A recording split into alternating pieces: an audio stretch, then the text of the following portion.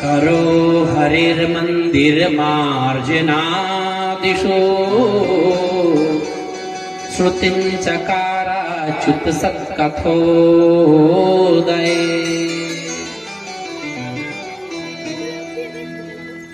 मन भगवान के चरणों में लगाए हैं, वाणी से भगवान की कथा का गुणानुवाद गाते हैं, सुनते हैं, सुनाते हैं, और हाथ के द्वारा भगवान के मंदिर में मार्जनादिशु मार्जन करते हैं। मार्जन मतलब पोछा, मंदिर का साफ सफाई, मंदिर का देख रेख, भगवान का बर्तन साफ करना, सब स्वयं अम्बरीश जी करते हैं। और है क्या, 7 द्वीप के राजा हैं। 7 द्वीप का राजा हो करके मंदिर में व्यक्ति झाड़ू पोछा कर रहा है। और आजकल लोग एक मंदिर बनवा देते हैं ना, तो बनवाने के बाद उस पर रख देते हैं पुजारी महाराज को। महाराज अब आप भगवान को, हमारे पास में धन था, हमने भगवान को लाकर स्थापित कर दिया, लेकिन पूजा करने का समय हमारे पास नहीं है। तो भगवान वैसे कल्याण ही करते हैं। लेकिन आप अम्बरीश के जीवन से शिक्षा लीजिए। 7 द्वीप का राजा होकर अम्बरीश भगवान के मंदिर की सफाई स्वयं करते हैं। करो सदा मंदिर मार्जनादिशु, मंदिर की साफ सफाई। श्रुतिम चकाराच्युत सत्कथोदये, और जो समय बच जाता है उससे भगवान की कथा को श्रवण करते हैं। भगवान को जो भोग लगना है वह भोग कोई नौकर नहीं बनाता, वह भोग अम्बरीश जी खुद पकाते हैं। भगवान को जो भोग लगने वाला अन्न है, उस अन्न को अम्बरीश स्वयं खेत में उगाते हैं।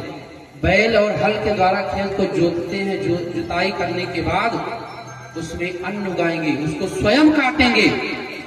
काटने के बाद उसकी पिटाई करके साफ सफाई करके उसी अन्न के द्वारा अम्बरीश भगवान का भोग लगाते हैं। पूरा जीवन अम्बरीश ने भगवान के लिए समर्पित कर दिया। तो भगवान ने भी कुछ छोड़ा नहीं। भगवान ने अम्बरीश के राजपाट को देखना प्रारंभ कर दिया। चक्र सुदर्शन को आदेश हो गया कि मेरा भक्त हमारे पीछे लगा रहता है, अब आप जाइए अम्बरीश के राज्य की रक्षा करो। अम्बरीश कहीं और नहीं, अयोध्या के राजा थे, सूर्यवंश के हैं। क्या एक दिन की बात है, अम्बरीश एकादशी व्रत को किए। व्रत करने के बाद दूसरे दिन द्वादशी था। एकादशी व्रत का विधान है कि द्वादशी में पारण होना चाहिए, अति आवश्यक नहीं तो व्रत खंडित हो जाता है। और अम्बरीश निराजल व्रत रहते थे, कुछ खा पी कर नहीं। और आजकल लोग तो भैया पूछिए मत, चकाचक व्रत में खाने को मिल जावे। मैं तो यह कहता हूँ खाने के लिए ही कुछ लोग व्रत रहते हैं। सही बता रहा, जब दिन में 4 बार खाना है, व्रत वाले दिन तो कोई कह भी नहीं सकता आप तो अन्न नहीं खाएंगे तो बाकी सब कुछ खाएंगे। लेकिन शास्त्र मौन नहीं है। शास्त्र ने कहा व्रत के दिन यह मत समझिएगा आज व्रत है तुम्हारा चांदी है कि हम जो पावे सो खावे, अन्न छोड़ के गाजर का हलवा, कुट्टू के आटे का खिचड़ी, पकौड़ी, दुनिया भर का। तो शास्त्र ने कहा ज्यादा खाओगे तो व्रत टूट जाएगा। हाँ, शास्त्र ने कहा कि ज्यादा खाओगे तो आपका व्रत टूट जाएगा। आप कहेंगे महाराज क्या बता रहे हो आप? हाँ, मैं नहीं बता रहा हूं, शास्त्र बता रहा है कि ज्यादा खाने से व्रत खंडित हो जाता है। तो शास्त्र ने बताया, ध्यान पूर्वक सुनिएगा। क्या अस्कृत जलपानंचा सकृत तांबूल चर्मणा उपवासः प्रणसेत दिवासा पंचमैथुना। मैया आप लोग सबसे ज्यादा व्रत करते हैं, ध्यान दीजिएगा। शास्त्र ने क्या कहा, ज्यादा खाने से व्रत टूट जाएगा। तो करना क्या है व्रत के दिन? व्रत के दिन क्या करें हम? शास्त्र ने बताया असकृत जल पानंचा, बार बार जल पीने से व्रत टूट जाता है। असकृत जल पानंचा सकृत तांबूल चरमड़ा।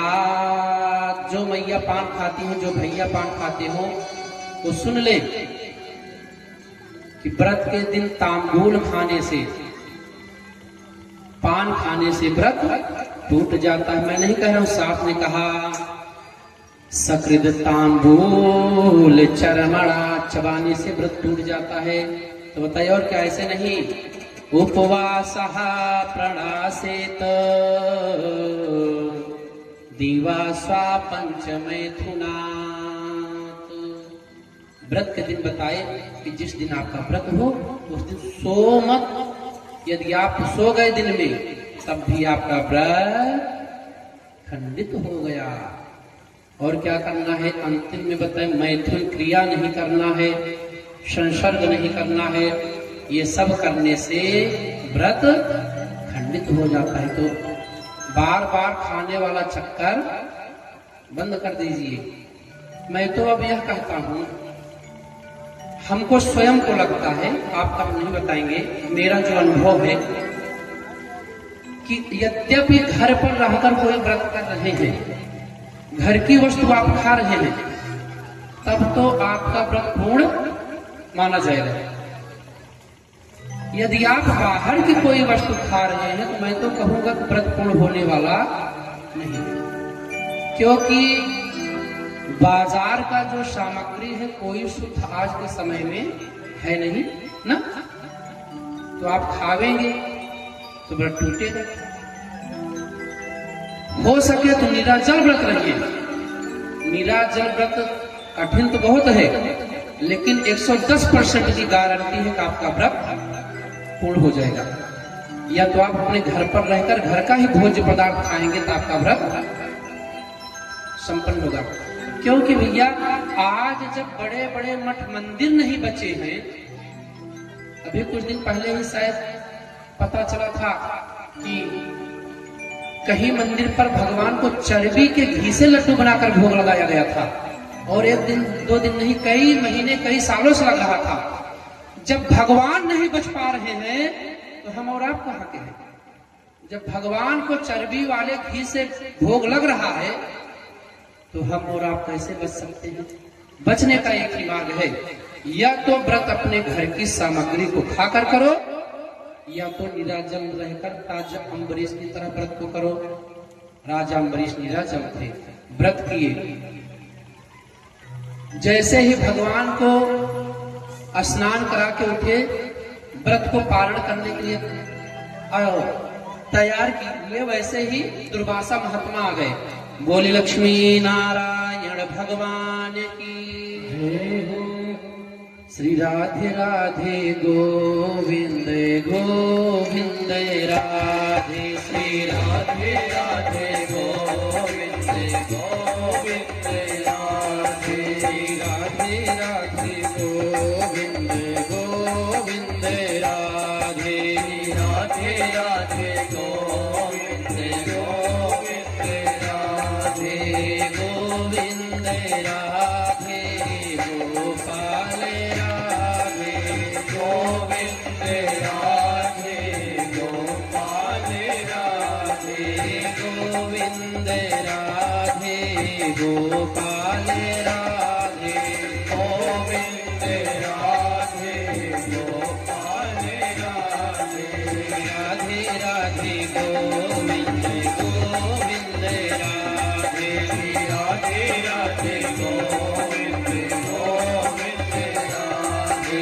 राधे राधे गोविंद गोविंद राधे। राधे राधे गोविंद गोविंद राधे।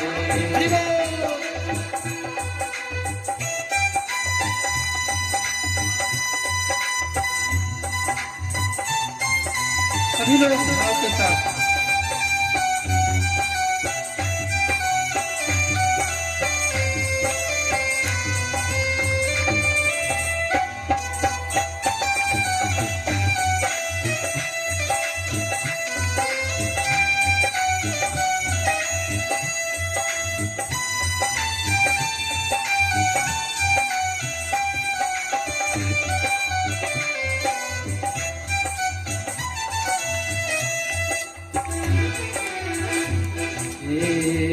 गोविंद राधे गोपाल राधे गोविंद राधे गोपाल राधे गोविंद राधे गोपाल राधे गोविंद राधे गोपाल राधे श्री राधे राधे गोविंद गोविंद राधे श्री राधे राधे गोविंद गोविंद राधे श्री राधे राधे गोविंद गोविंद राधे श्री राधे राधे गोविंद गोविंद राधे गोविंद राधे गोपाल राधे गोविंद राधे गोपाल राधे गोविंद राधे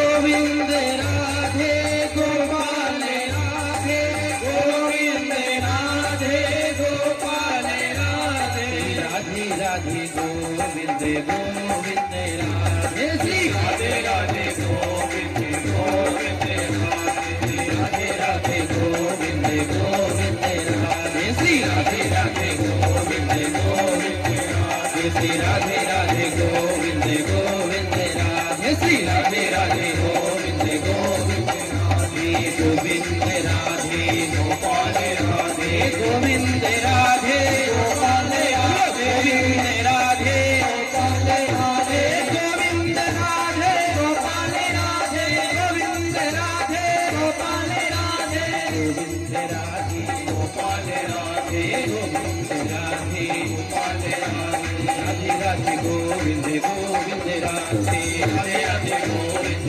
गोविंद राधे श्री राधे राधे गोविंद गोविंद राधे राधे राधे गोविंद सभी लोग एक बार भाग साथ गोविंद राधे गोविंद राधे गोपाल राधे गोविंद राधे गोपाल राधे गोविंद राधे गोपाल राधे गोविंद राधे गोपाल राधे राधे राधे गोविंद गोविंद राधे राधे राधे गोविंद श्री राधे राधे गोविंद गोविंद राधे राधे राधे गोविंद गोविंद राधे श्री राधे राधे गोविंद गोविंद राधे राधे राधे गोविंद गोविंद राधे श्री राधे राधे गोविंद गोविंद राधे श्री राधे राधे गोविंद गोविंद राधे बोलिए गोविंद माधव भगवान की जय हो दुर्गा दास जी महाराज की जय हो जय जय श्री राम सभी लोग भाव के साथ में बैठकर कथा सुनेंगे। महाराज अम्बरीश की कथा। कौन पधारा था अम्बरीश के द्वार पर? याद है किसी को? अम्बरीश के यहाँ कौन महात्मा पधारे? आप बताइए। आप लोग नहीं पता, आप लोग कथा सुन ही नहीं रहे। अम्बरीश के द्वार पर महर्षि दुर्वासा जी का आगमन हो गया। जा रहे थे अम्बरीश पारण करने, दुर्वासा जी का आगमन हो गया। दुर्वासा जी, कोई ब्राह्मण आ जावे तो ब्राह्मण को बिना भोजन कराए भोजन नहीं करना चाहिए। अगर ऐसा कोई करता है तो उसको भी नरक। आप कहेंगे महाराज हर चीज में नरक है तो क्या करें क्या ना करें? हे भैया, यदि सनातन धर्म से जुड़े हैं तो बच के तो रहना पड़ेगा। ब्राह्मण आपके घर पर आ जावे और आप उसको बिना भोजन कराए यदि भोजन कर रहे हैं तो शास्त्र ने कहा आपको नरक जाना पड़ जाएगा। कुछ स्थान ऐसे हैं जहां पर यह नियम लगता है कि यदि आपने किया और करने के बाद स्वयं भोजन कर लिए, वो ब्राह्मण को भोजन नहीं कराए तो आप जान लीजिए आप नरक जाने के अधिकारी हो गए। तो आपको बताते चले कहां कहां पे है, नोट करिएगा कहां कहां बचना है आपको, नहीं तो आप पाप के भागी हो जाएंगे। शास्त्र कहीं पर मौन नहीं है, शास्त्र में सब कुछ है, सिर्फ यह है कि हमको पता नहीं है। शास्त्र ने बताया कहां पर अन्न खाने से दोष हो जाता है। शास्त्र ने कहा ध्यान दीजिएगा, रबीन्द्र ग्रासे हरि जन्म काले। कब रवींद्र ग्रासे हरि जन्म काले, प्राण प्रयाणे हरिवासरे चा। कन्या विवाहे द्विज भोक्त दाने। कहाँ बताए? रवींद्र ग्रासे, ग्रहण लगा हो। अभी ग्रहण लगा था ना होली के एक दिन पहले 3 तारीख को। रवींद्र ग्रासे, भगवान सूर्य, रवि मतलब सूर्य, इंदु मतलब चंद्रमा। रवि और चंद्रमा, सूर्य और चंद्रमा को यदि ग्रहण लगा हो और उस समय कोई व्यक्ति अन्न खाता है तो उसे पाप लगता है। सूतक काल रहता है, सूतक में अन्न ग्रहण नहीं करना चाहिए। इसको तो आप सब जानते होंगे। सूतक में रवींद्र ग्रासे हरि जन्म काले, भगवान का जन्मोत्सव हो, जैसे रामनवमी, कृष्ण जन्माष्टमी, वामन द्वादशी, परशुराम जयंती, इन सब तिथि में जो व्यक्ति अन्न ग्रहण करता है उसे पाप लगता है। तो बताएगा क्या? रवि और सूर्य के ग्रहण के समय रवींद्र ग्रासे हरि जन्म काले, भगवान के जन्म के समय प्राण प्रयाणे हरिवासरे चा। ये भैया बहुत बड़ी बात बता दी। अपने समाज में एक कुप्रथा प्रारंभ हो चुका है। एक कुप्रथा प्रारंभ हो गया है। क्या? प्राण प्रयाणे, कोई मरा हो और उसको आप गंगा जी लेकर जा रहे हो तो लोग जाते समय और आते समय समोसा खाते हैं वहीं नहर बदौली के पास में, है ना? अभी हम बहुत जल्द में गए थे, तब हमको यह ज्ञात हुआ। तो शास्त्र ने कहा इस समय अन्न ग्रहण नहीं करना चाहिए। इस समय जो अन्न ग्रहण करेगा उसको पाप लगेगा। क्या? प्राण प्रयाणे हरिवासरे चा। भगवान का कोई तिथि हो, कोई दिन हो, जैसे एकादशी, एकादशी को अन्न नहीं ग्रहण करना चाहिए। तो बोले और क्या? बोले कन्या विवाहे, कन्या के विवाह में जब तक आप पूजी कर्म न कर ले में तब तक आपको अन्न ग्रहण नहीं करना है। कन्या विवाहे द्विज भोक्त दाने। किसी ब्राह्मण को आप भोजन के लिए निमंत्रण दिया हो, महाराज आप 10 बजे आइएगा हमारे द्वार पर, आपका भोजन है, निमंत्रण है। और महाराज जी जब आवे आप खाके चकाचक डकार मारते हुए महाराज जी से मिले, तब आपको पाप लग जाएगा। तो बताइए क्या? कन्या विवाहे द्विज भोक्त दाने। इन समय में जो भी व्यक्ति अन्न ग्रहण करता है वह सब पाप के भागी हो जाते हैं, इसमें कोई संशय नहीं है। इसलिए कभी भी क्या क्या बताए आपको? सूर्य चंद्र का ग्रहण हो, भगवान का जन्म हो, कहीं पर कोई शरीर छोड़ दिया हो, आप गंगा जी ले जा रहे हो, आते समय भी आपको खाना नहीं है। 3 हो गया। चौथा, हरिवासरे एकादशी को अन्न दोष है। कन्या विवाहे पौपुजी आपको करना है, वहां पर भी आप अन्न ग्रहण नहीं कर। कन्या विवाहे द्विज भोक्त दानी। ब्राह्मण को आप निमंत्रण दे दिए हैं और ब्राह्मण आपके द्वार पर आकर बैठा है, तब भी आपको ग्रहण अन्न ग्रहण नहीं करना है। साथ में बताया आज जैसे ही दुर्वासा जैसे ही अम्बरीश ने देखा कि महर्षि दुर्वासा आ गए तब इनको बिना भोजन करावे हम कैसे करें? तो कहे महाराज हमारा सौभाग्य है कि आप हमारे द्वार पर आए, वो भी द्वादशी के दिन। द्वादशी को तो वैसे भी ब्राह्मण व्यक्ति खिलाता है। अपने सौभाग्य की सराहना करते हुए अम्बरीश ने कहा गुरु जी आप शीघ्र शीघ्र स्नान करके आ जाइए, आपके लिए भोजन तैयार है। हे भैया हम दुर्वासा जी अकेले चलने वाले हैं नहीं, उनके साथ में हजारों चेला रहते हैं। चले गए स्नान करने, हमको लग रहा है खूब अच्छे से स्नान करने लगे। और इधर 2 घटी का मुहूर्त था एकादशी बीतने, द्वादशी बीतने में। यद्यपि 2 घड़ी में पारण न हो जाता, व्रत खंडित हो जाता। तो अम्बरीश ने अपने पुरोहित जी से कहा महाराज क्या किया जाए? तो पुरोहित जी ने कहा महाराज व्रत पारण नहीं करेंगे व्रत टूटेगा, और यदि अन्न खाते हैं ब्राह्मण का अपमान हो जाएगा। महाराज सिर्फ एक उपाय है, अब सब भी ध्यान दीजिएगा। भागवत कथा भैया कदम कदम पर शिक्षा देता है, हर जगह पर शिक्षा भरा हुआ है, आप लेते चलिए बस। भागवत जी में लिखा गया, सुखदेव जी महाराज राजा परीक्षित को बता रहे राजन अम्बरीश के सम्मुख यह समस्या आ गया कि पारण करें तो कैसे करें? यदि अन्न खाते हैं ब्राह्मण का अपमान होगा और पारण नहीं करते हैं व्रत टूट जाएगा। तो पुरोहित जी ने कहा महाराज एक उपाय है।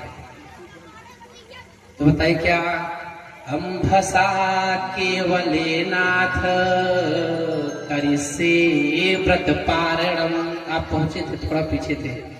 शास्त्र ने बताया, भागवत जी में लिखा गया अम्भसा केवले नाथ करिसे व्रत पारणम। यदि कभी कभी माता लोग हो जाता है, आपका एक व्रत हो दूसरे दिन दूसरा व्रत आ जाए, तो कहते हैं एक व्रत जब तक पूर्ण न हो तब तक दूसरा व्रत, यह मैं नहीं मानता, यह आप सब मानते हैं। तो इसके लिए उपाय सुन लीजिएगा। उपाय क्या करना है? एक दिन आपका व्रत है, जैसे सोमवार को आप सोमवार रहे, दूसरे दिन आपका करवा चौथ पड़ गया, तो आप क्या करेंगे? पारण तो करना है।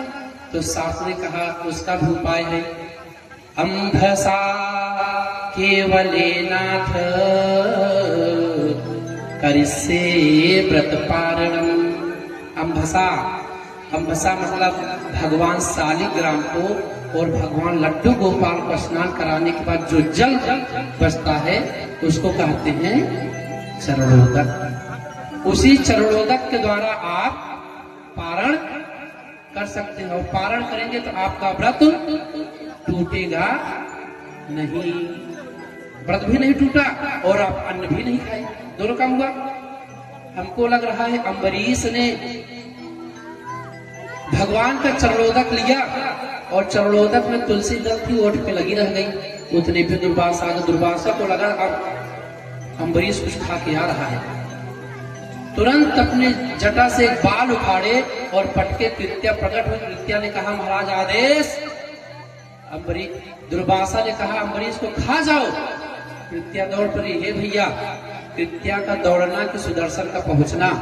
भगवान ने अम्बरीश की सेवा में सुदर्शन को लगा दिया है। जैसे कृत्या दौड़ी वैसे सुदर्शन आ गया और कृत्या को नष्ट किया। कृत्या को नष्ट किया तो छोड़े नहीं। सुदर्शन महाराज अब पड़ गए दुर्वासा पीछे, आगे आगे दुर्वासा, पीछे पीछे सुदर्शन।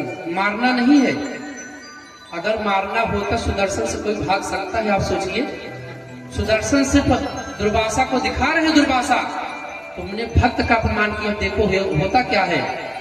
आगे आगे दुर्वासा महात्मा दौड़ रहे हैं और पीछे पीछे सुदर्शन जी चल रहे हैं।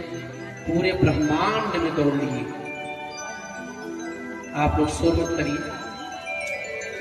शांति के साथ कथा को श्रवण करें।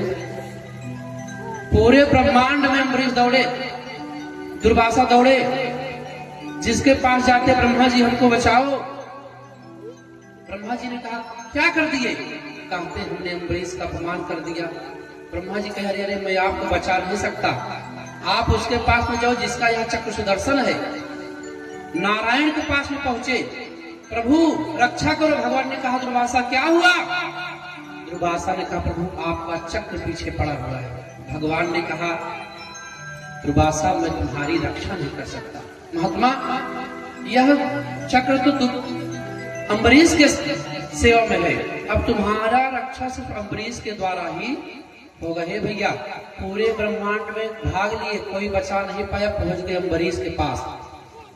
भगवान ने कहा, दुर्वासा अब तुम्हें पूरे ब्रह्मांड में कोई बचा सकता है, अम्बरीश ही बचा सकते हैं, क्योंकि अब यह चक्र सुदर्शन मेरे बात को मानने वाला नहीं है। भगवान ने कहा, मैं भक्त के अधीन हूं, अहम भक्त पराधीनो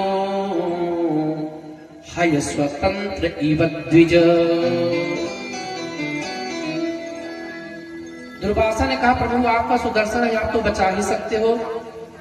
भगवान ने कहा, ना ना, मैं भक्तों के अधीन हूं, इसलिए मैं आपकी रक्षा नहीं कर सकता। जाओ अम्बरीश के पास।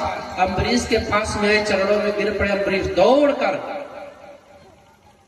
उठाए, और जब से दुर्वासा महात्मा गए हुए थे, तब से अम्बरीश वही चरणामृत वाला कटोरी लिए अपने दरवाजे के पास में खड़े। पूरा ब्रह्मांड घूम के आ गया दुर्वासा, लेकिन अम्बरीश महाराज दुर्वासा का प्रतीक्षा उसी गेट के पास, दरवाजे के पास कर रहे हैं। अरे राजन, हमारी रक्षा करो। अम्बरीश ने दौड़कर दुर्वासा को उठाया और कहा, हे चक्र सुदर्शन, यदि मैंने श्रद्धा और भाव के साथ, अनन्य भक्ति के साथ अपने प्रभु श्रीमन लक्ष्मी नारायण का सेवा, पूजन, पाठ, अर्चन, बंदन किया है, आज तुम शांत हो जाओ। चक्र सुदर्शन शांत हो गए। उस दिन जाकर दुर्वासा को यह पता चला कि कभी भी किसी भक्त का अपमान नहीं करना चाहिए। अपमान का परिणाम यह हुआ, पूरे ब्रह्मांड में दुर्वासा को बचाने वाला कोई मिला नहीं। यह मंगलमय कथा श्रवण कराए राजा परीक्षित को सुखदेव जी महाराज की, राजन, भगवान सदा सर्वदा अपने भक्तों के बस में रहते हैं। सिर्फ यह है कि कौन भगवान को कैसे प्रेम कर रहा है। प्रेम के द्वारा भी भगवान को बांधा जाता है। कैसे? मैंने बांध लिया। क्या भगवान को बांधना कैसे है? मैंने बांध लिया प्रेम वाला कंगना। सभी लोग बोलेंगे क्या? मैंने बांध लिया, मैंने बांध लिया प्रेम वाला कंगना। आओ आओ हरि जी मेरे अंगना, आओ आओ हरि जी मेरे अंगना। मैंने बांध लिया, मैंने बांध लिया प्रेम वाला कंगना, मैंने बांध लिया प्रेम वाला कंगना। आओ आओ हरि जी मेरे अंगना, आओ आओ हरि जी मेरे अंगना। हरि बोल।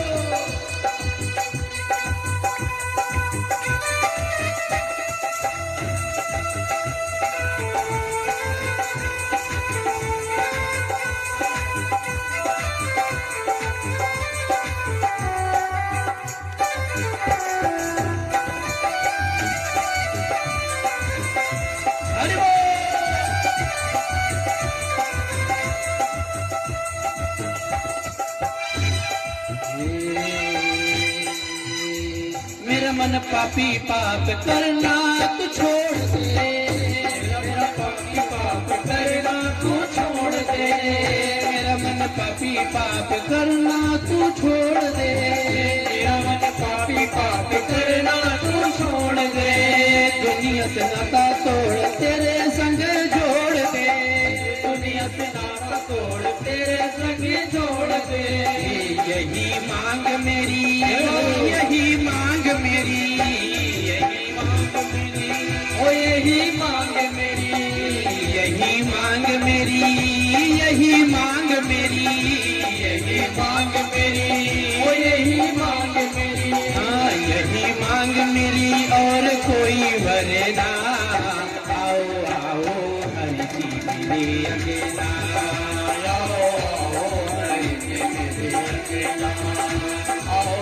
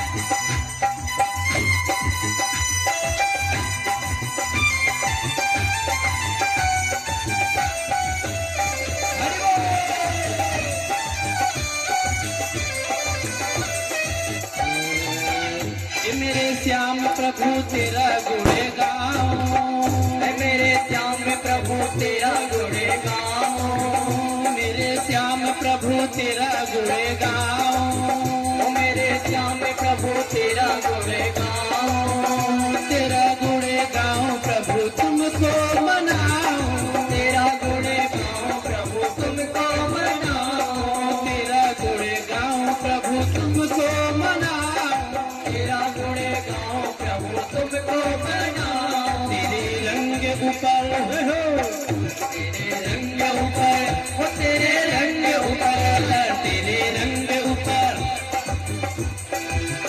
तेरे रंग ऊपर और कोई रंग ना हो। आओ, मेरे अंगना, आओ, हरि जी मेरे अंगना, हरि जी मेरे अंगना, मैंने हरि जी मेरे अंगना मैंने बांध लिया हो, मैंने बांध लिया, मैंने बांध लिया, मैंने बांध लिया प्रेम वाला कंगना।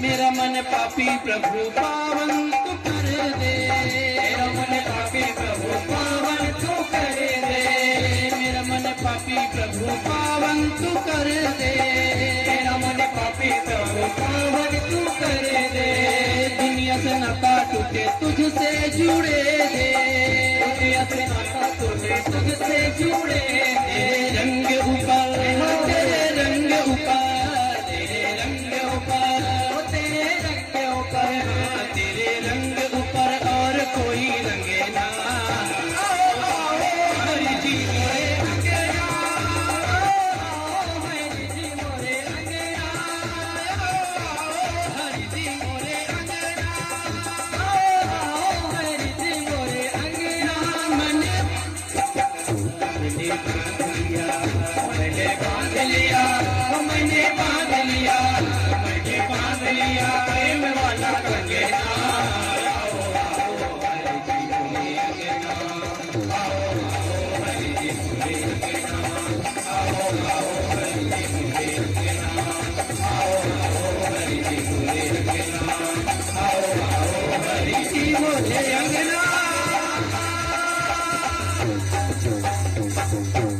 बोलिए लक्ष्मी नारायण भगवान की जय हो।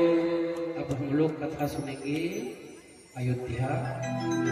विलंब तो नहीं हो रहा क्योंकि ज्यादा हो चुकी है। हाँ 10 मिनट 20 मिनट में हो जाएगा सब। हाँ उत्सव के दिन तो विलंब हो ही जाता है। तो इसी सूर्यवंश में आगे चलकर भगवान श्री राम जी का अवतार हुआ ना। तो राम जी का अवतार आप लोग प्रायः श्रवण करते ही हैं। रामचरितमानस ऐसा ग्रंथ गोस्वामी तुलसीदास जी महाराज ने हमारे समाज को दे दिया कि जिस ग्रंथ को 5वीं कक्षा पास व्यक्ति भी कितने स्वर और राग में पढ़ता है। लोग पीएचडी कर रहे हैं इस समय रामचरितमानस की एक एक चौपाई पर।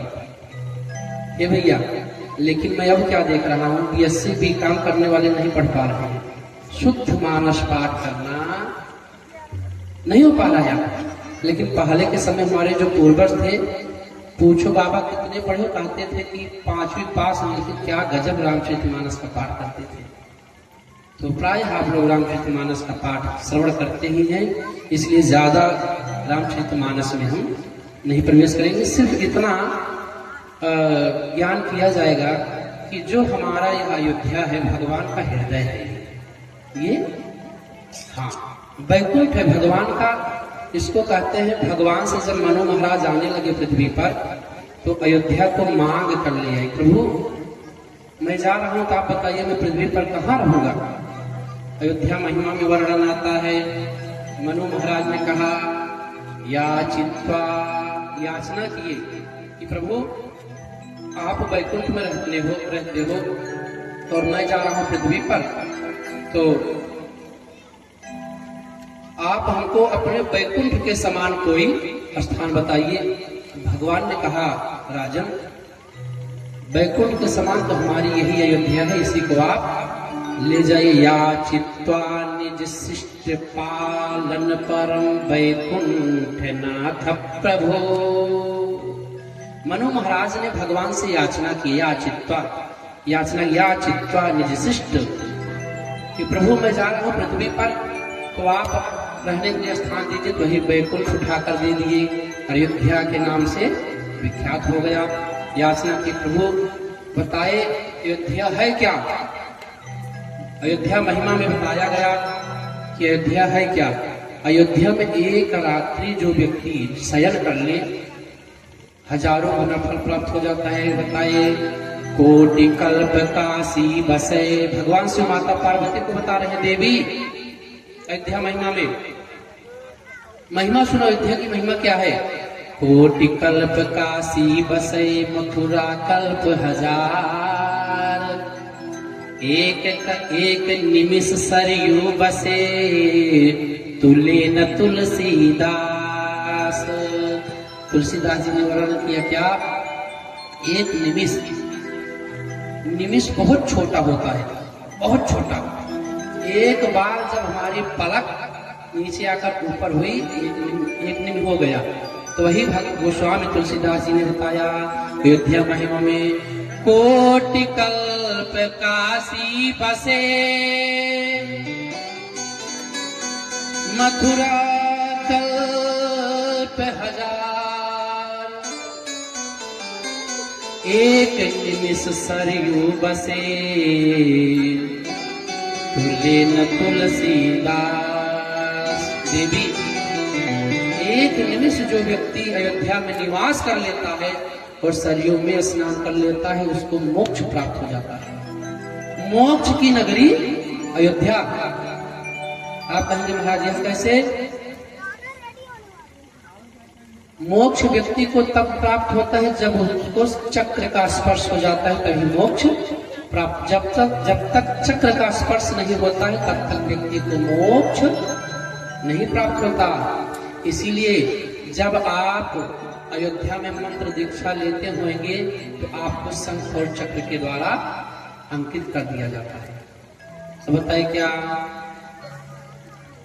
भगवान ने अयोध्या को मांगा, तो अयोध्या की महिमा बताए। मथुरायाम कल्पमेकं वसते मानवो यदि तत्फलम समवापनोति सरयू दर्शने कृते। अरे देवी मान लीजिए कोई निवास न कर पावे एक रात, तो सरयू जी का सिर्फ दर्शन कर ले, दर्शन करने मात्र से उसको एक कल्प का फल प्राप्त हो जाता है। क्या मथुरायाम कल्पमेकं वसते मानवो यदि।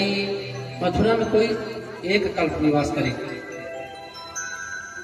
और यदि वह सरयू जी का दर्शन कर ले, तो जो एक कल्प निवास करने से फल प्राप्त होता है मथुरा में, वही फल अयोध्या में आपको प्राप्त हो। मोक्ष की नगरी है अयोध्या।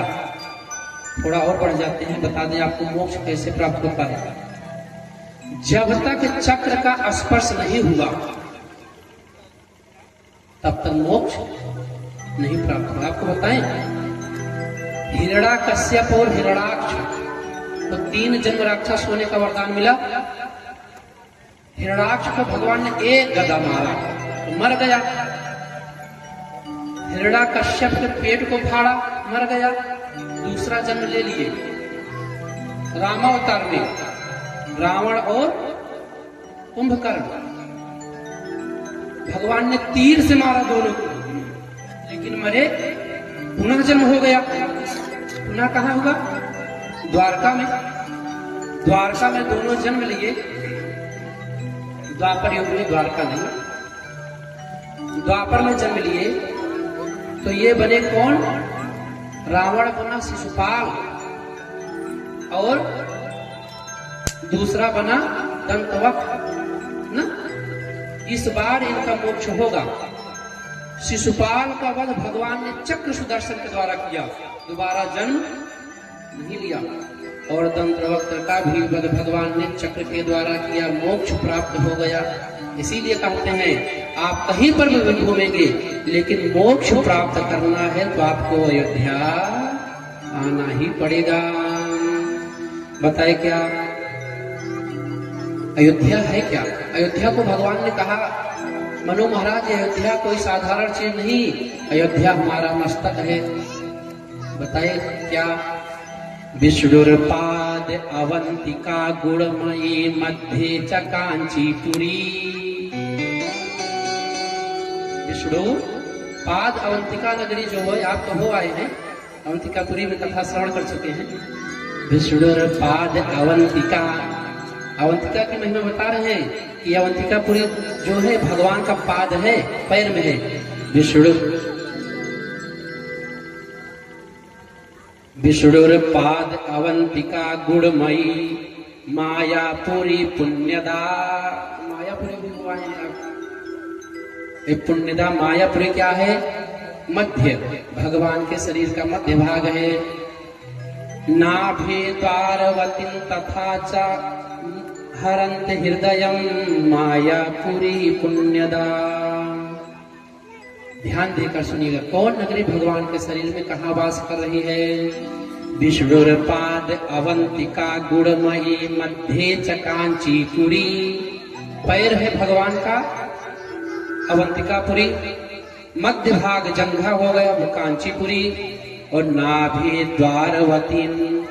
भगवान द्वारिका में निवास करते हैं लेकिन द्वारिका क्या है?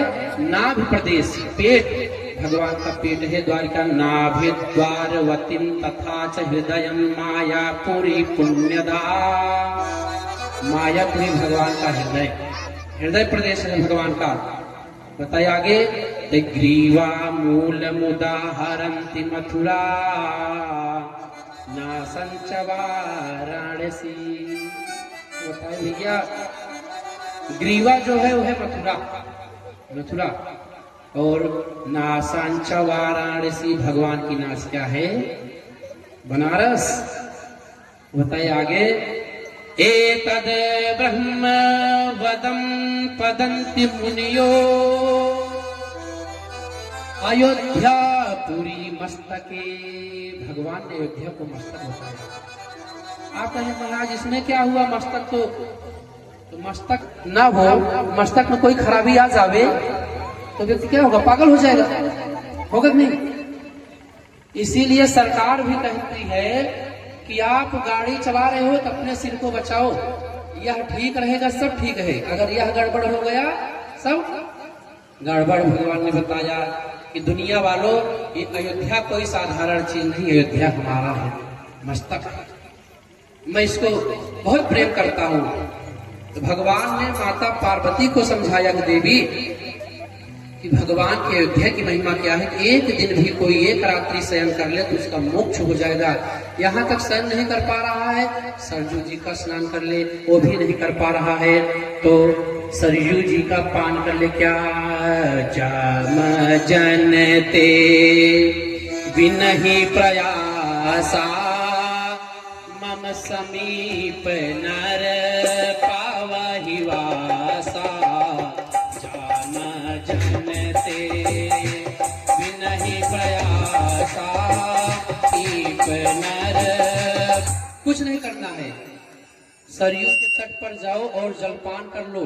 जलपान करने मात्र से ही भगवान का सानिध्य प्राप्त हो जाता है। तो बहुत कुछ राम कथा में हम लोग नहीं सुनेंगे। राम कथा में तो बहुत ज्ञान है। राम कथा भैया यहाँ तक है कि राम कथा हमको बोलना सिखाता है कि हम कैसे एक दूसरे से बात करें। राम कथा की महिमा आपको क्या बताया जाए, मुख से गुणगान करना कितना बताया जाए, क्या क्या है। राम कथा में यहाँ तक लिखा है कि गाड़ी पर हम बैठे कैसे, यहाँ तक लिखा है कि मैं अपने परिवार के साथ हूँ तो मैं सबसे परिवार में किसको गाड़ी पर बैठाया जाए, पति पत्नी बच्चे और मैं हूँ तो मानस भगवान हमको बोलना सिखाते हैं कि हम एक दूसरे से कैसे बोले, बस यही इतना सुनेंगे। बोलना मानस भगवान सिखाते हैं। कोई कार्य ना करने वाला भी हो आप बोलकर उसको करवा सकते हैं। माता सीता जी कह रही है स्वामी आर्य सोने का मृग चाहिए, भगवान को पता है सोने का मृग नहीं होता, तो बताइए भगवान पागल थे क्या? लेकिन माता सीता कह कैसे रही यह देखो। माता सीता कह रही है सुनहु देव रघुबीर कृपाला। माता सीता कह रही है सुनहु देव रघुबीर कृपाला, सुनहु देव रघुबीर कृपाला, सुनहु देव रघुबीर कृपाला, सुनहु देव रघुबीर कृपाला। यही मृग करे अति सुंदर छाला, यही मृग करे अति सुंदर छाला, यही मृग करे अति सुंदर छाला, यही मृग करे अति सुंदर छाला। माता जी ने कहा, माता जी कह देती थी, कह सकती थी। माता जी ने अनायास ही भगवान के साथ जंगल आई है, कह देती जाओ लेकर आओ। आज की कोई धर्मपत्नी होती चली जाती तो कहती मैं तुम्हारे लिए जंगल आई हूँ, मैं कह रही हूँ जाओ इसको खरीद कर लाओ, नहीं तो मायके चली जाऊंगी, तुम देखते रह जाओ ना। आज की मैया यही करती है जबरदस्ती। लेकिन माता सीता ने कितने सुंदर शब्दों में कहा, भगवान को पता है सोने का मृग नहीं होता, लेकिन भगवान से माता ने कहा सुनहु देव रघुबीर कृपाला, यही मृग करयत सुंदर छाला। प्रभु बहुत सुंदर बाघंबरी मृगासन बनेगा। भगवान दौड़ पड़े, भगवान दौड़ पड़े। तो बाकी सब पता है। राम कथा बोलना बता रहा है कि हम अपने पति से कैसे बोले, अपने पति से कैसे बोले। आज की मैया हो, जेठ की दोपहरिया हो, पति जी कहीं कार्य से लौटे और कह दे देवी जी एक लोटा ठंडा ठंडा जल पिला दीजिए। देवी जी कहेंगी अरे लोटा रखा है बाहर, नल है, जाके सोख लो उसी नल में। जवाब नहीं होगा, देने वाली नहीं है। लेकिन माता जी ने कितने सुंदर शब्दों में कहा। तो भगवान भी वैसे बात कर रहे हैं। माता जी को अग्नि में बैठाना है, माता सीता को अग्नि में बैठाना है, लेकिन भगवान कितने सुंदर शब्दों में कह रहे हैं। रामचरितमानस से यह शिक्षा लीजिएगा कि पति पत्नी को बात कैसे करना चाहिए। मानस भगवान बता रहे हैं सुनहु प्रिया व्रत रुचिर सुशीला,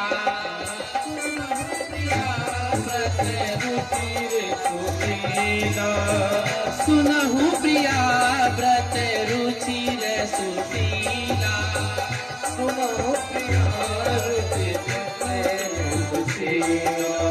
मैं कछु करब ललित नर लीला, मैं कछु करब ललित नर लीला, तुम पावक माँ करहु निवासा, तुम पावक माँ करहु निवासा, जब लगी करहु निशाचर नासा, जब लगी करहु निशाचर नासा। भगवान ने कैसे कहा, कितने सुंदर शब्दों में, हे देवी सुनो प्रिया, हे प्रिय, सुंदर बदल करने वाली सीते सुशीला, जो सील गुण वाली हो, मैं कुछ लीला करना चाहता हूँ। बहुत बड़ी नहीं, इतना बड़ा रामायण का युद्ध हुआ, रामचरित यानी कि राम रावण का, भगवान को कुछ लीला करना चाह रहा हूँ। और मैं तुम्हें आग में बैठा रहा हूं, आप आग में रहना है। भगवान ने सुंदर शब्दों से कहकर माता सीता को अग्नि में प्रवेश करा दिया। और मैया होती कहती कौन जाए आग में जरे, हम तो जाने वाले नहीं, आपको जरना है आप जरो, आप लड़ो भिड़ो, हमसे कोई मतलब नहीं, ज्यादा करोगे तो चली जाऊंगी घर। बात के द्वारा महाभारत का युद्ध कहते हैं हुआ, तो महाभारत का युद्ध तो नाम हो गया क्योंकि दो परिवार लड़ गए थे।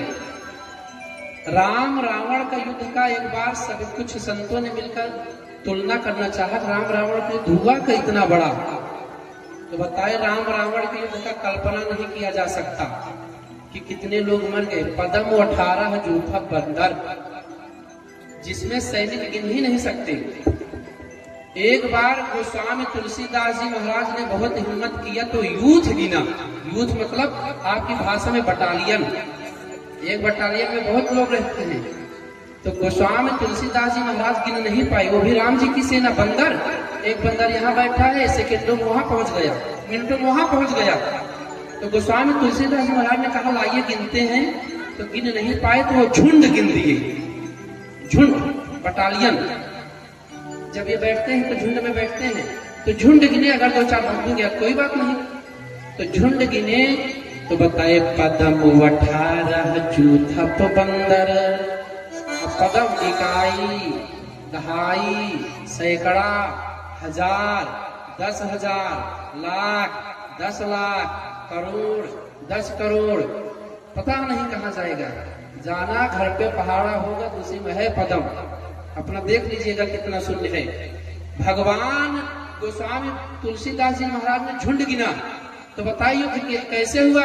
बताए युद्ध की कल्पना, जितना कौरव और पांडव में युद्ध किए थे उतना रावण की तरफ नगाड़ा और दुंदुभी बजाने वाले राक्षस थे। तो बताइए फिर भी तो तुलना किए, गगना गगनाकारम, जैसे आकाश आकाश की तरह है, आकाश का तुलना किसी से नहीं किया जा सकता। कोई कहेगा आकाश छाते की तरह है, आकाश का तुलना किया नहीं जा सकता। गगना गगनाकारम, सागर सागर योपमा, सागर को उपमा सागर है, नदी नहीं है। Ram Ravan your Yuddham, Ram Ravan your युयम, Ram Ravan का युद्ध राम रावण के ही तरह हुआ था। तो राम रावण के युद्ध को यहीं पर प्रणाम करेंगे। अयोध्या नगरी को प्रणाम करते हुए 2 बार भगवान का नाम, उसके बाद हम सब मिलकर भगवान के जन्मोत्सव में सम्मिलित हो जाए। क्या सीताराम जी की प्यारी राजधानी लागे, राजधानी लागे, मोहे मीठो मीठो सरजू जी को पानी लागे। सीताराम जी की प्यारी राजधानी लागे, राजधानी लागे, मोहे मीठो मीठो सरजू जी को पानी लागे, मोहे मीठो मीठो सरजू जी को पानी लागे। सीताराम जी की प्यारी राजधानी लागे, राजधानी लागे, मोहे मीठो मीठो सरयू जी को पानी लागे, मोहे मीठो मीठो सरयू जी के पानी लागे। धन्य कौशल्या धन्य कैकेयी, धन्य सुमित्रा माता, धन्य कौशल्या धन्य कौशल्या धन्य कैकेयी, धन्य सुमित्रा माता, धन्य कौशल्या धन्य सुमित्रा धन्य भाग्य राजा दशरथ घर खेल चारों भैया, उनकी तो चली रसीली मीठी बानी लागे, मीठी बानी लागे, मोहे मीठो मीठो सरजू जी को पानी लागे, मोहे मीठो मीठो सरजू जी को पानी लागे, मोहे मीठो मीठो सरजू जी को पानी लागे, मोहे मीठो मीठो सरजू जी को पानी लागे।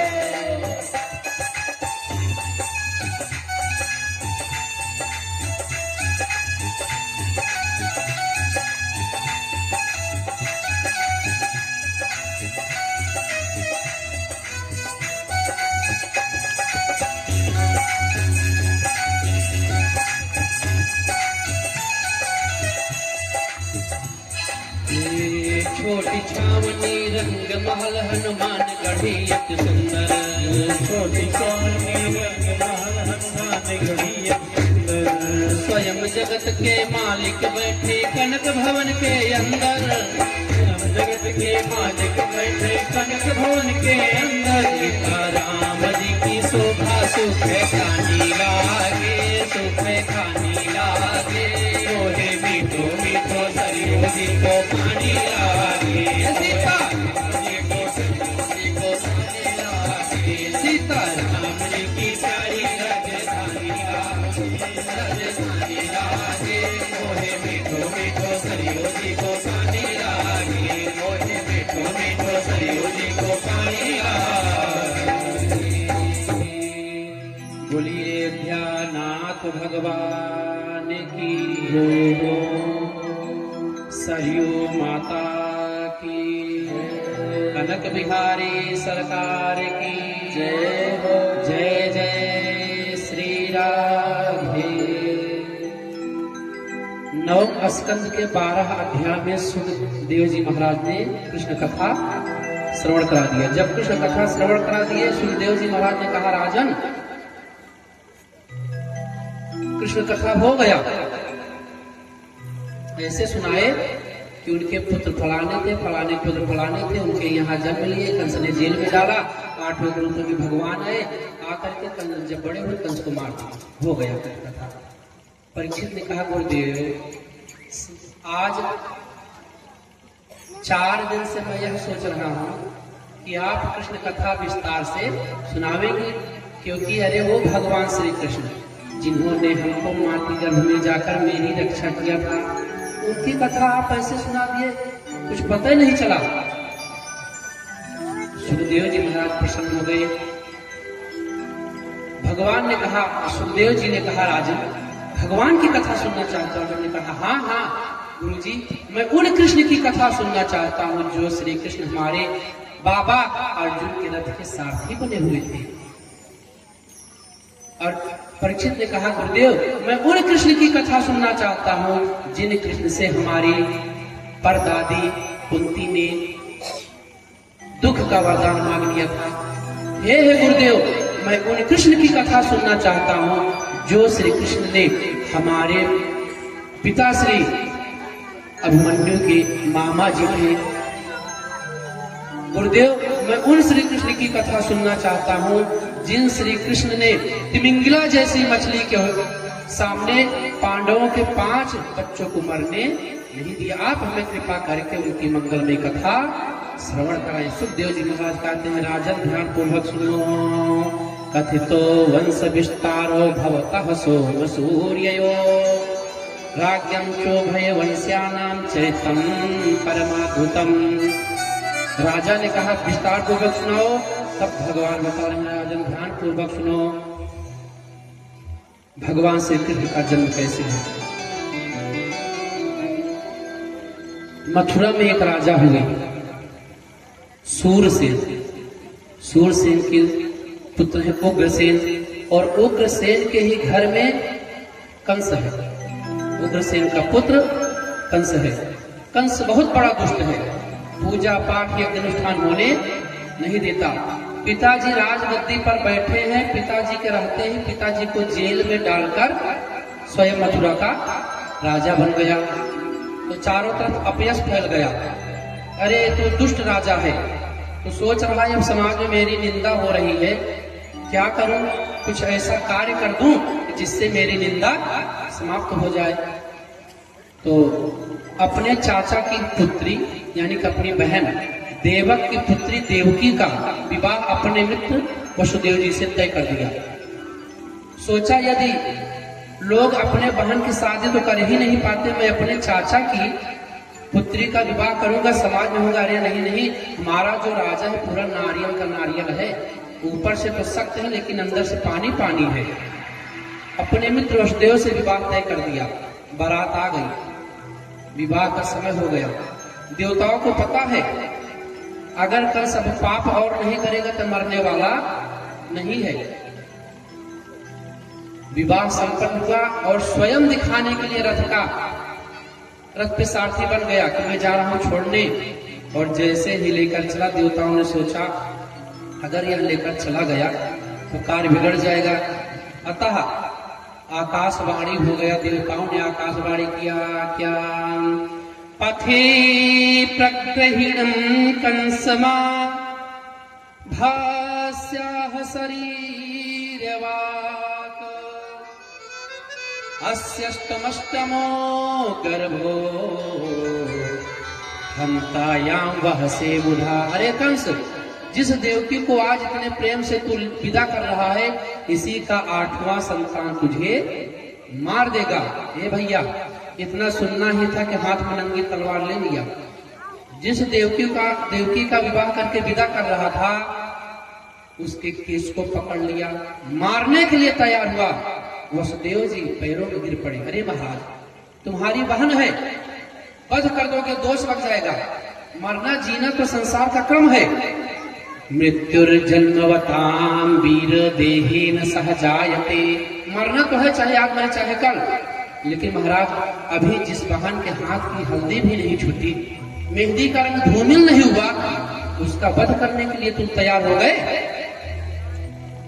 कंस ने कहा ठीक है, मारेंगे नहीं, लेकिन दोनों को हमारे कारागार में रहना पड़ेगा। बात तय हो गई, दोनों रहने लगे। समय आया, पहला पुत्र जन्म लिया। शर्त के अनुसार वसुदेव जी पहले पुत्र को लेकर चले। क्या, पहला पुत्र कीर्तमंतम प्रथमजम कंसायानक दुंदुभिः। पहला पुत्र आया, ले जाकर कंस को दे दिया। समय बीता, दूसरा पुत्र आया, उसको भी ले जाकर दे दिए। तीसरा पुत्र आया, ले जाकर दिए। देते उठा के पटक देता, हाय हाय कर कर देवती रह जाती। कंस, तुझे 8वें से डर है, लेकिन तू सबको मार रहा है। सबको मारना प्रारंभ किया। 7वां गर्भ में आया, भगवान ने योग माया को आदेश दे दिया, अरे योग माया। 7वें बलराम जी आ रहे हैं, वही लक्ष्मण जी रामावतार वाले। पहले छोटे बनकर आए थे, इस बार उन्होंने कहा मैं बड़ा बन के चलूंगा। आप बहुत कुछ अपने मन का करते हो, इसलिए इस बार आपको अपने मन का करने नहीं दूंगा। रामावतार में भगवान ने बहुत कुछ अपने मन से कर दिया। जैसे आदेश दे दिए, जाओ सीता को जंगल छोड़ के आओ, मना नहीं कर पाए, जाना पड़ा।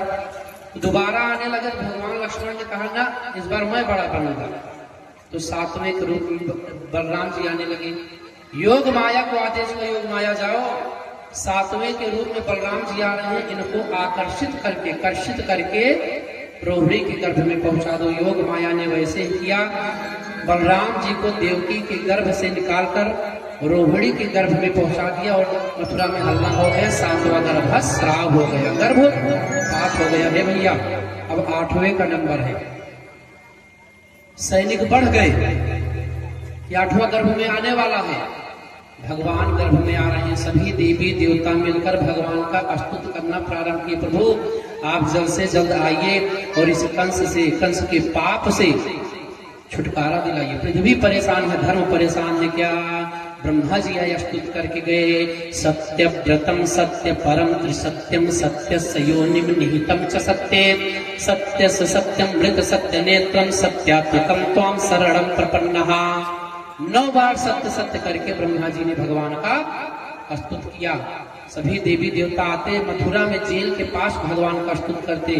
प्रभु, जल्द से जल्द आप कृपा करिए।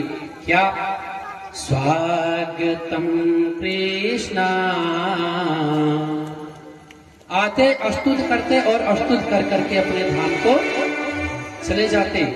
भगवान कहे, देवताओं अब मैं चल रहा हूँ और आप लोग भी हमारे लीला में सहायता करने के लिए अब पृथ्वी पर अवतार लो। जगह जगह स्थान स्थान पर अपना अपना अवतार ले लो। इंद्रादि देवता, ब्रह्मा जी इत्यादि सब अवतार लिए। कोई जंगल में अवतार लिया, कोई मथुरा में लिया, कोई द्वारिका में लिया।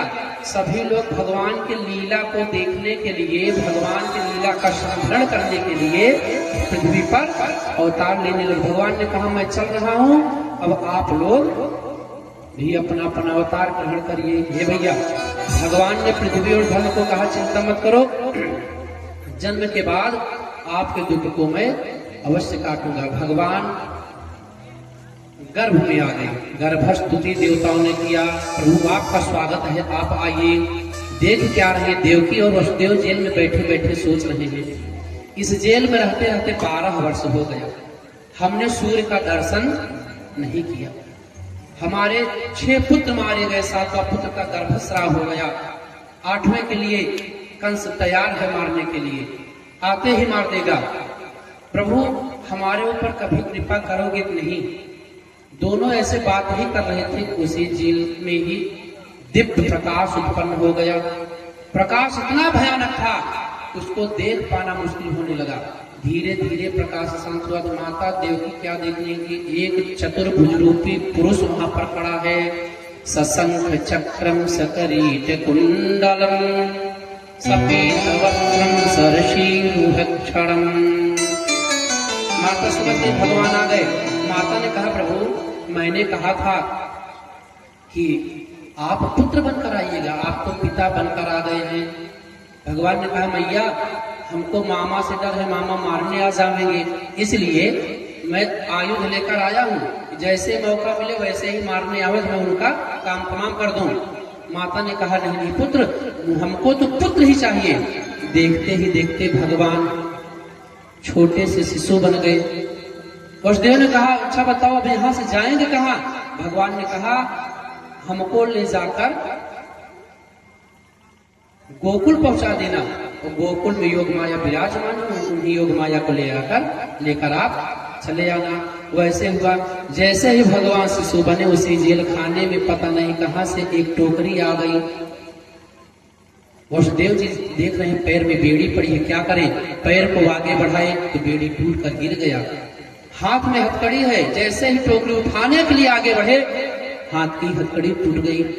भगवान को उसी टोकरी में वसुदेव जी ले लिए और सिर पर रख के जैसे ही दरवाजे की तरफ बढ़े, दरवाजे का ताला खुल गया, गेट खुल गया और बाहर निकले। योग माया का कार्य हो रहा है। बाहर निकले तो जितने पहरेदार थे सब गहरी निद्रा में सो गए। भगवान ने सोचा, हमारे पिताजी हमको लेकर जा रहे हैं, हो सकता है अभी भाद्रपद का महीना है, कोई जग रहा हो, कोई टहल रहा हो। तो धीरे धीरे बारिश प्रारंभ हो गया कि जो इधर उधर पियक्कड़ उक्कड़ टहल रहे हो वो भाग जाए। तो बारिश होने लगा। भगवान ने सोचा बारिश हो रहा है, लेकिन कुछ लोग बारिश का आनंद लेते हैं खिड़की खोलकर।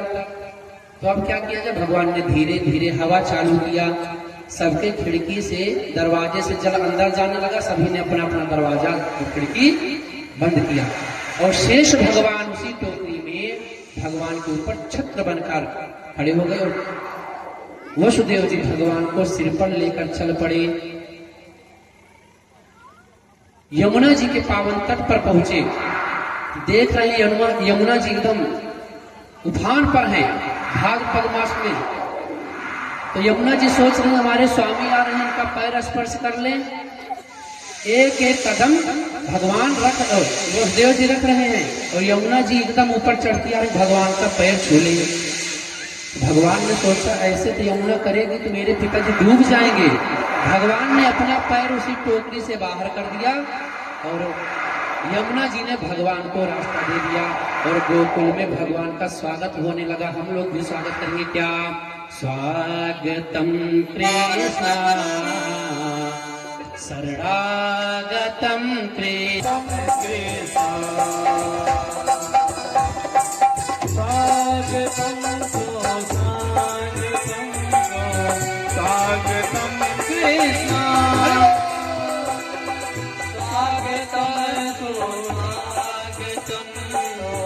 स्वागतम कृष्णा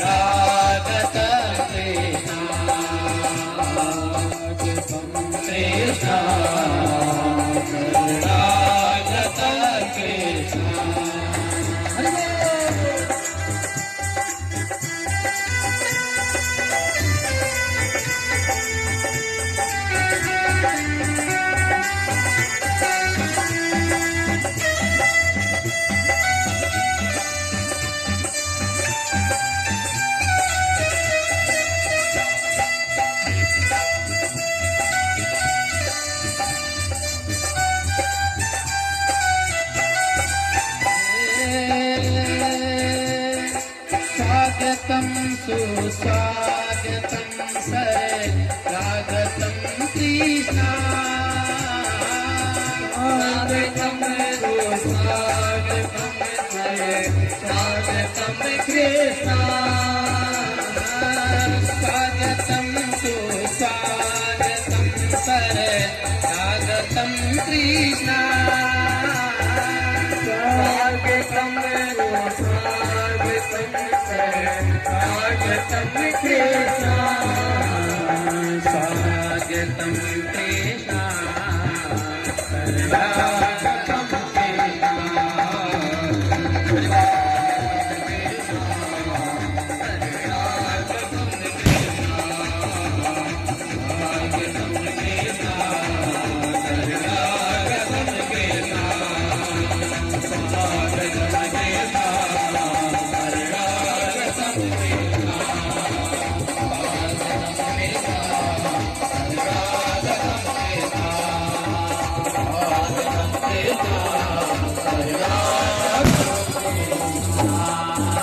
बोल लक्ष्मी नारायण भगवान की जय हो, बाल कृष्ण भगवान की जय हो, जय जय श्री राधे। और जोर लगाइए थोड़ा सा, बधाई हो। आइए भाव और श्रद्धा के साथ सभी लोग मिलते हैं क्या? 100 बार बधाई भैया, लाखों बार बधाई, 100 बार बधाई भैया, लाखों बार बधाई। नंद झुके अंगना में बज रही आज बधाई, नंद झुके अंगना में बज रही आज बधाई, नंद झुके अंगना में बज रही आज बधाई, अंगना में बज रही आज बधाई। नंद हमारे नंद भवन में हो, नंद बाबा के नंद भवन में आदर आयो है। नंद के ऐसे नहीं, सुनिए, ऐसे उत्सव नहीं होता। सभी लोग खड़े होंगे और आज भगवान का जन्मोत्सव कैसे मनाया जाता है सबको पता है, बताना नहीं है। भाव के साथ सभी लोग के नंद भवन में, नंद बाबा के नंद भवन में आनंद खाओ है। नंद के नंद के नंद के गाना आयो है, नंद के गाना आयो है, नंद के गाना आयो है, नंद के गाना आयो है।